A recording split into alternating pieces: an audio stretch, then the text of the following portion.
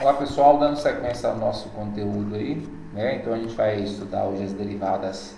Eu vou fazer alguns exemplos, explicar alguns exemplos da derivada pela regra da cadeia e a derivada implícita que vocês podem acessar aí no material teórico. Então a gente tem a função z igual a x ao quadrado y mais 3x y à quarta, onde o x é função de t e y é função de t. E aí a gente quer calcular a derivada de z em relação a t. Então lembrando que a gente tem aqui uma ideia de função composta.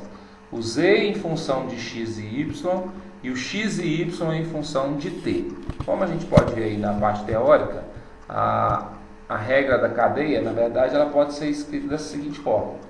Calcular a derivada de z em relação a t é pensar na derivada de z em relação a x e de x em relação a t. É como se fosse derivada da parte de fora vezes a derivada da parte de dentro. Mais a derivada de z em relação a y vezes a derivada de y em relação a t. Derivada da parte de fora, derivada da parte de dentro. Então, o z está em função de x e y e o x e y está em função de t. Então, só assim a gente consegue calcular essa derivada. Então, a gente vai ter o seguinte. Derivando z em relação a x. Derivada de x ao quadrado é 2x, o y, como é constante que está multiplicando, repete.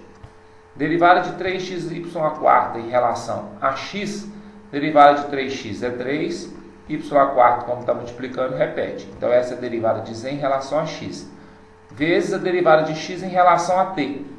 Então, vamos derivar o x em relação a t. Derivada de seno de 2t vai dar cosseno de 2t. Derivada de 2t é 2, então cosseno de 2t vezes 2. Então, essa é a primeira parte. Segunda parte, derivar o z em função de y. Derivar o z em função de y. Derivada de x ao quadrado y. X ao quadrado é constante que está multiplicando. Repete, derivada de y é 1. 1 vezes x ao quadrado é x ao quadrado. Derivando 3xy à quarta em relação a y. Desce o 4 multiplicando. 4 vezes 3, 12. Então, fica 12xy ao cubo. Então, está aqui. Então, essa é a derivada de z em relação a y. Derivada de y em relação a t. O y é cosseno de t. Derivada de cosseno de t menos seno de t. Né?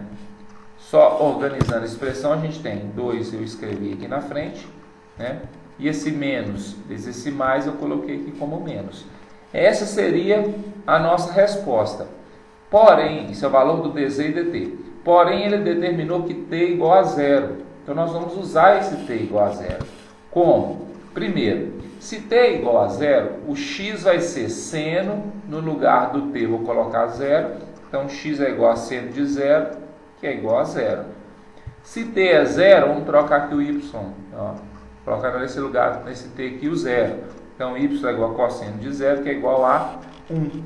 Então, a nossa expressão vai ficar assim, 2... no lugar do x, o 0, no lugar do y, 1, mais 3 vezes no lugar do y, 1, 2 cosseno no lugar do t, o 0, menos no lugar do x, o 0, no lugar do x, o 0, no lugar do y, 1, seno no lugar do t, o 0. Então, essa expressão que a gente encontrou, ela é igual a 6.